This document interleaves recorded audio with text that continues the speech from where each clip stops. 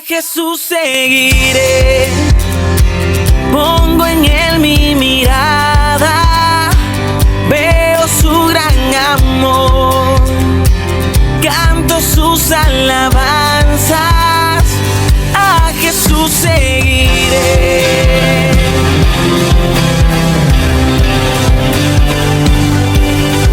¿Qué tal, hermanos? Damos inicio a esto que es Momentos de Reflexión. Te habla el profe Lalo Solalí, que vamos a compartir estos 30 minutos que hoy se llaman Ceguera del Alma.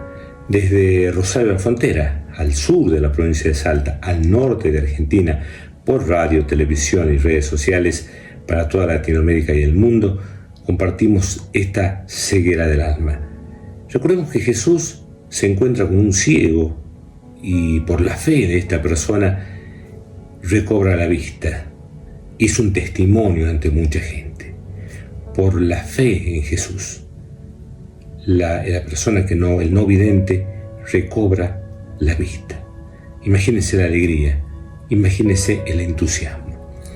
Pero cuando hablamos de ceguera en nuestros días, no nos vamos a referir solamente a problemas de la vista, astigmatismo, miopía o otras ramas, otras consideraciones propias de la pérdida de la visión, el uso de anteojos, ni pupilas, nada por el estilo.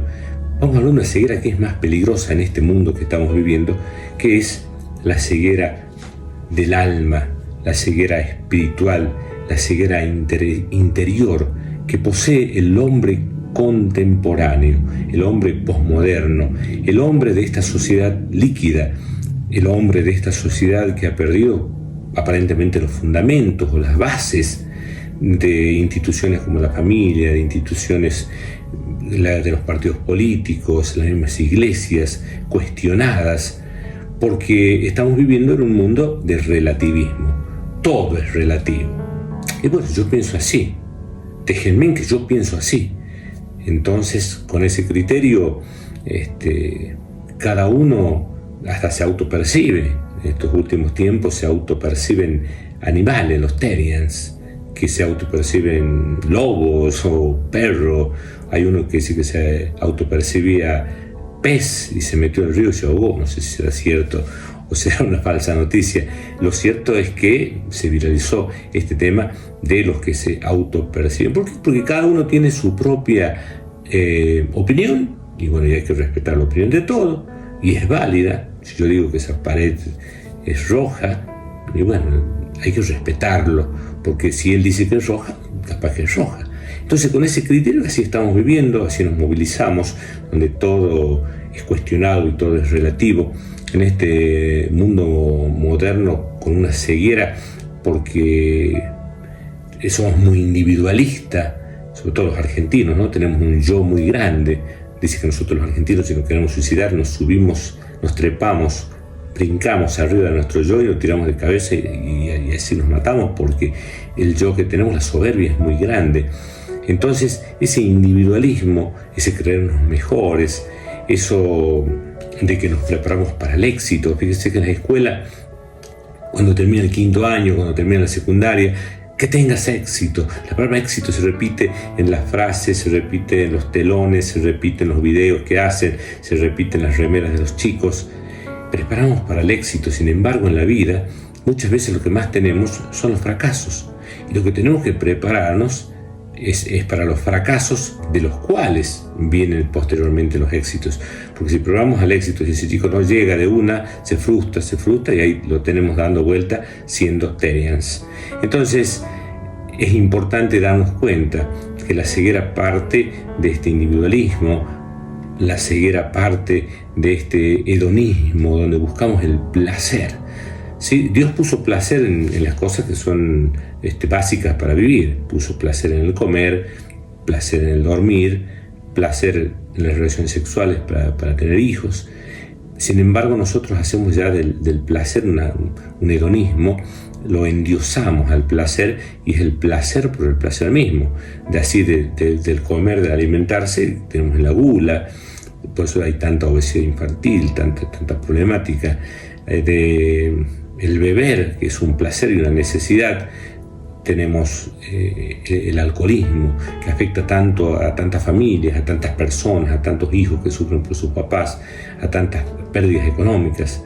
La ludopatía, el placer de jugar, la adrenalina de jugar. Y hay personas que juegan en su casa, juegan su vida, sacan cheque, ven el televisor, llegan a la ruina. Por supuesto que los juegos están armados, alguna vez ganan, se entusiasman, pero a la larga siempre las maquinitas terminan ganando. Esa ludopatía que se está llevando a cada vez chicos de menor edad.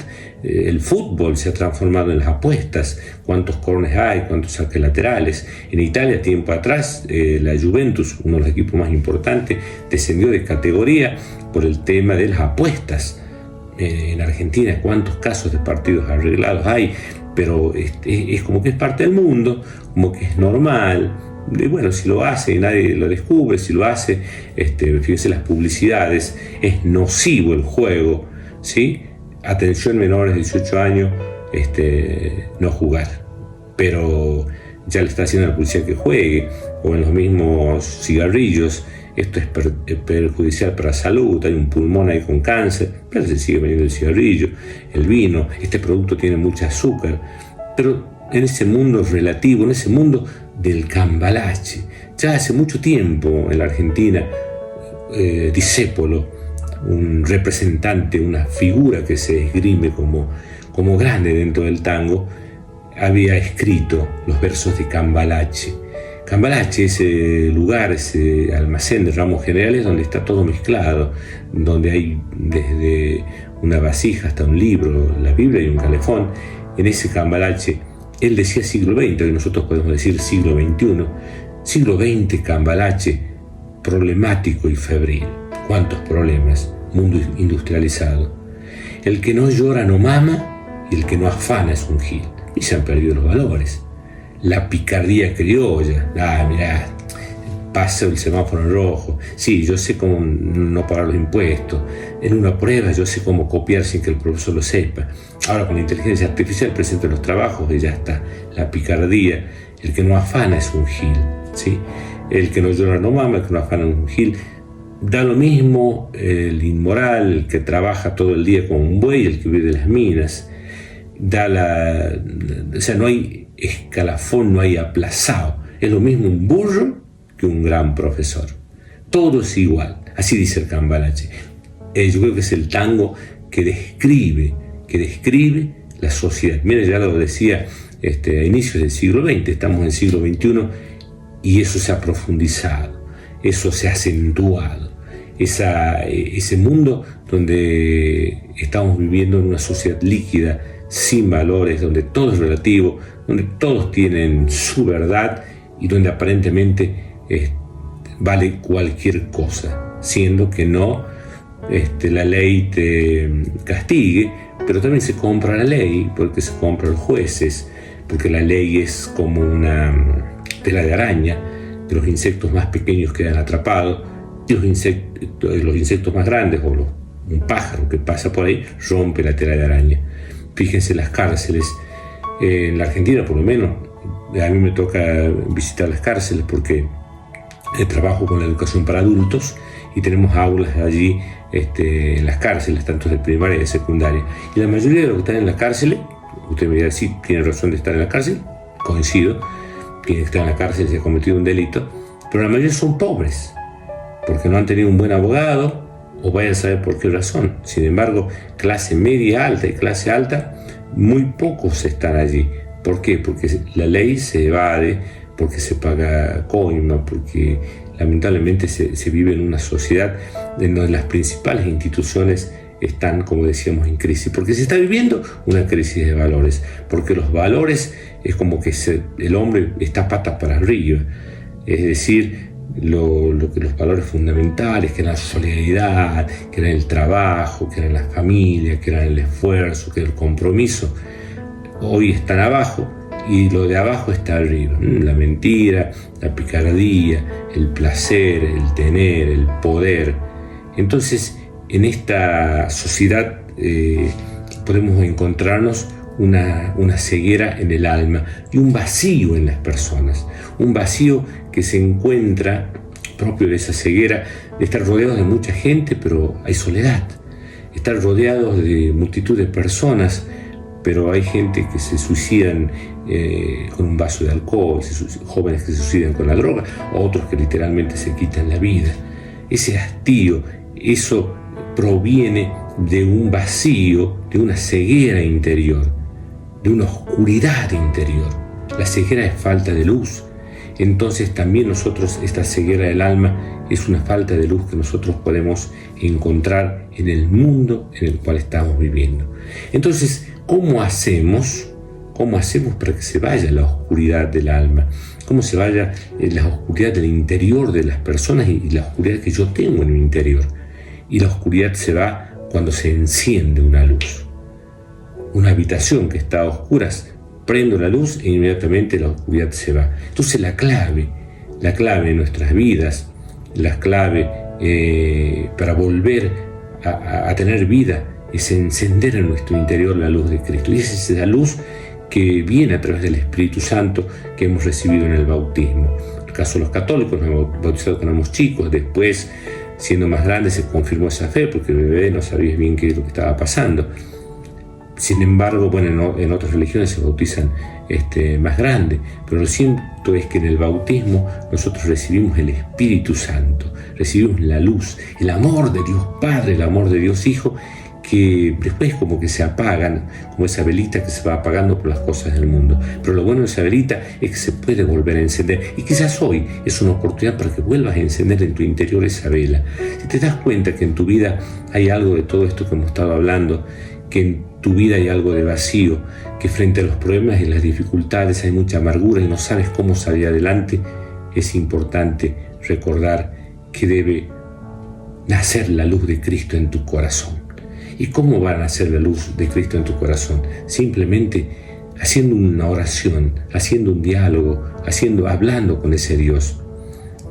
En el interior de tu cuarto, en la soledad en donde estás, calladito, o puedes visitar una iglesia cuando no haya nadie, y ahí hablar con Él y decirle que sos débil, que no sos nada, porque no somos nada.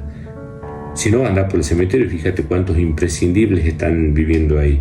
Viene una enfermedad, chao, nos vamos, un paro cardíaco y nos vamos, que somos nada, que pasamos como una flor, dice el Salmo, como una flor que en su momento está reluciendo y después se marchita y muere. Nuestra vida, podemos vivir 70, 80, 90, Mirta Legrand cerca de 100 años, pero pasando eso ya nuestra vida, por lo menos ahora, no tiene una buena calidad de vida. Entonces la vida es rápida, es efímera.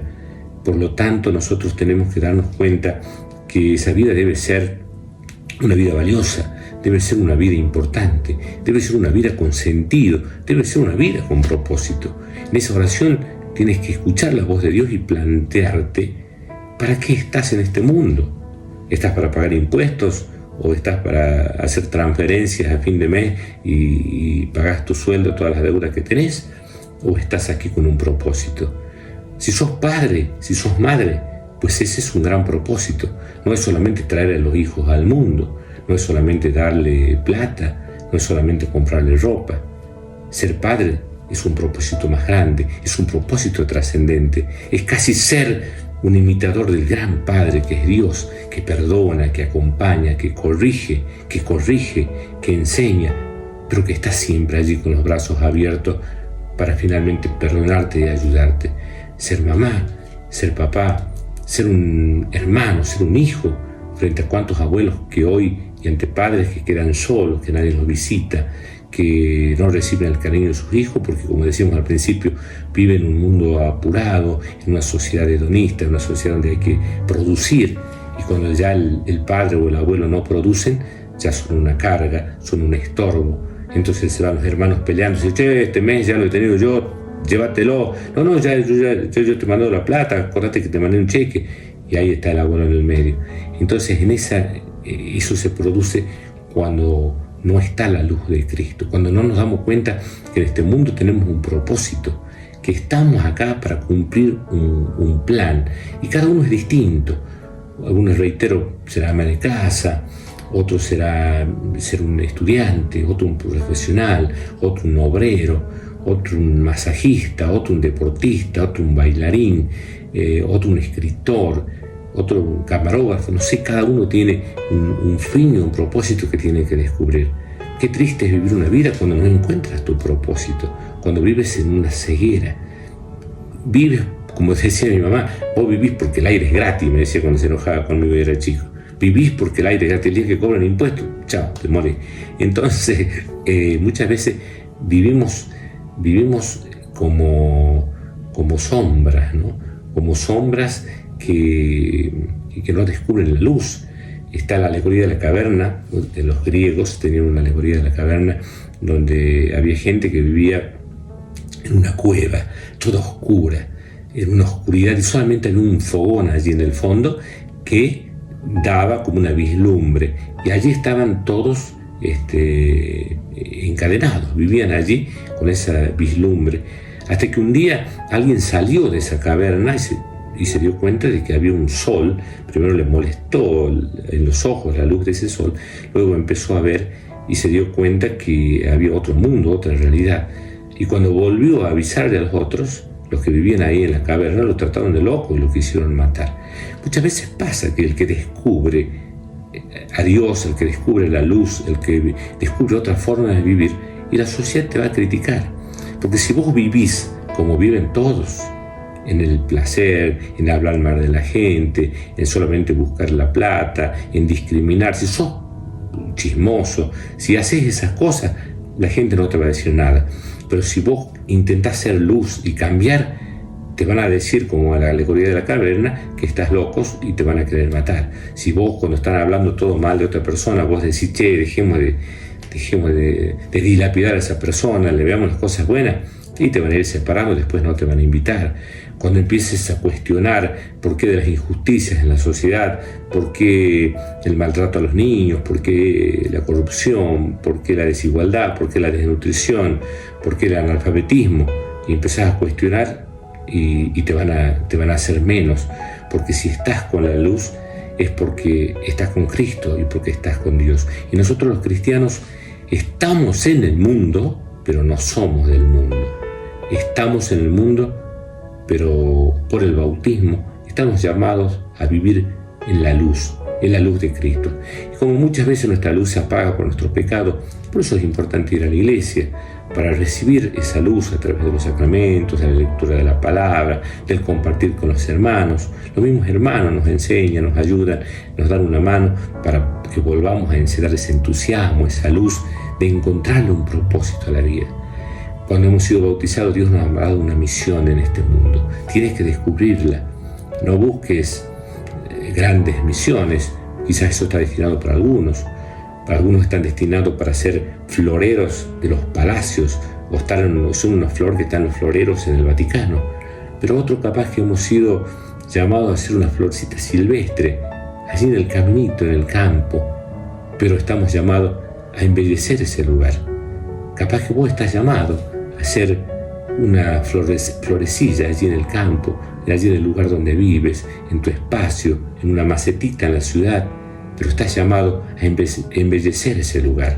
Los cristianos estamos llamados a no vivir en la ceguera, sino como ese ciego decirle, Señor, devuélveme la vista, que quiero ser luz, que quiero en mis ambientes llevar mensajes de esperanza, llevar una sonrisa, llevar la palabra de Dios, aunque sea perseguido, aunque sea reprimido, aunque sea considerado como un necio, como un loco, acompañar al que está enfermo. Si me entero de que alguien está sufriendo, un compañero de trabajo, hacer una colecta, juntar algo de dinero. Si sé que alguien está enfermo, ir a visitarlo, porque recordemos que nuestra vida tiene un propósito, luego viene la muerte y luego viene un juicio final. Y cuando llegue ese juicio final, no seremos juzgados por el dinero, no seremos juzgados por nuestras posesiones, por nuestra ropa, por nuestro prestigio, por lo que hemos logrado. Seremos juzgados en el amor.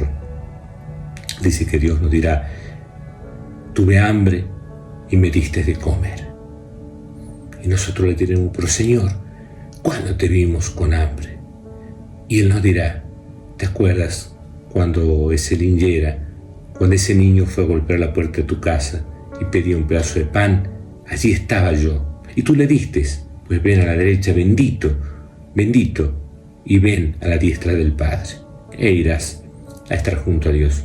Pero si no le has dado, ¿sí?, estarás lejos de la presencia de Dios. Y así nos pasará con otra pregunta. Tuve sed y me diste de beber. Estuve enfermo, me visitaste o no me visitaste. Estuve de paso, andaba en los semáforos haciendo malabarismo, te pedí agua, era gitano, te pedí agua, y por miedo o por recelo me rechazaste o me lo diste. Estaba preso y me fuiste a visitar, o me condenaste, o pedía que me fusilen. Es decir, de acuerdo a cómo hayamos actuado con el más pequeño de los hermanos, así seremos juzgados en el juicio final. Es decir, nuestra vida tiene un propósito: prepararnos para la vida eterna. Todo lo que hacemos en la tierra tiene eco en la eternidad, decía la película de Gladiador. No sé si te acuerdas ese pasaje hermoso cuando el artista principal, el gladiador, era soldado, pertenecía a Marco Aurelio, era un comandante de las fuerzas romanas, y le dice un discurso antes de enfrentar a los bárbaros. Le dice a los soldados: todo lo que hagan en la tierra, todo lo que hagan acá, tiene eco en la eternidad. Y es así, todo lo que hacemos acá tiene eco en la eternidad. Si haces cosas buenas, y bueno, iremos al reino de Dios. Si estás iluminado, si no eres ciego ante las cosas del mundo, si tu vida está llena del Espíritu Santo, pues estás marcando un camino para ir al cielo. Pero si estás en las oscuridades, si eres un ciego interior, ya estás viviendo el infierno. Aunque mis ojos no te puedan ver, te puedo sentir, sé que estás aquí.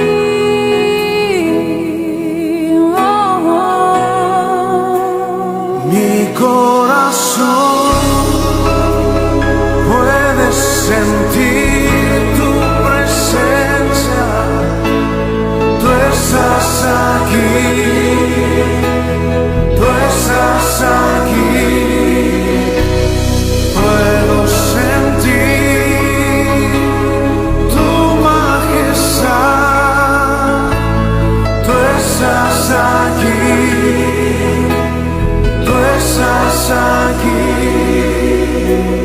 El propósito entonces de escuchar a Dios, con el propósito de escucharlo en la creación, de escucharlo en los hechos de la vida, de escucharlo en su palabra, de escucharlo en el prójimo que nos habla, nos comprometemos a vivir esta semana, estas jornadas que Dios nos regala de una manera distinta. Escuchar a Dios para poder llevarlo a nuestro corazón, para rumiar su palabra y para actuar. Que Dios nos dé la sabiduría para poder escucharlo. Por eso, al finalizar este momento de reflexión, te decimos: Señor, ayúdanos a escucharte, ayúdanos a amarte y comprenderte, porque nadie quiere nuestro bien como vos. Por eso te decimos: háblanos, Señor, enséñanos a ser mejores personas en nuestra familia, en nuestra sociedad, en nuestra comunidad, en el mundo que nos toca vivir, y que así sea.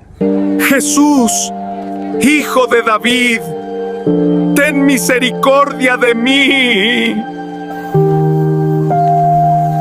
¿Qué quieres que haga por ti, Señor? Que recobre la vista. Recobra la vista. Tu fe te ha salvado. Puedo ver. Gloria a Dios en lo alto. Aunque mis ojos no te puedan ver, te puedo sentir, sé que estás aquí.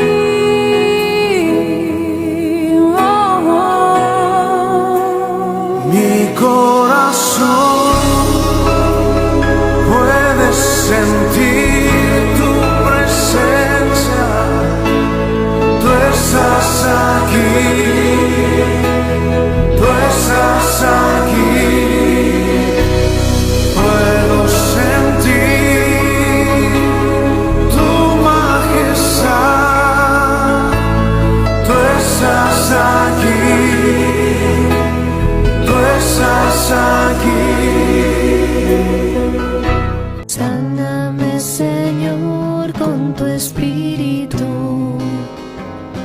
Sáname, Señor, con tu espíritu.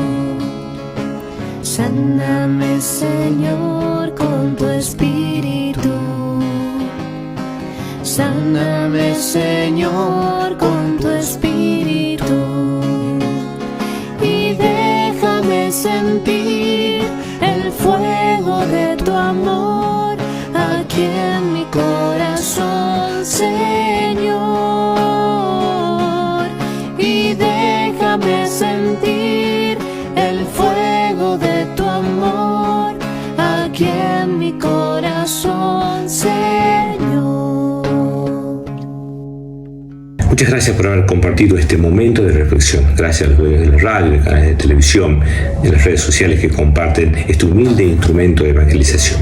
Te hablo por Gerardo Sodaligue en esto que fue Momentos de Reflexión, y no te olvides que Dios te ama, que Dios te quiere, escúchalo, y toda la gloria es para Dios. A Jesús seguiré, pongo en él mi mirada, veo su gran amor, canto sus alabanzas.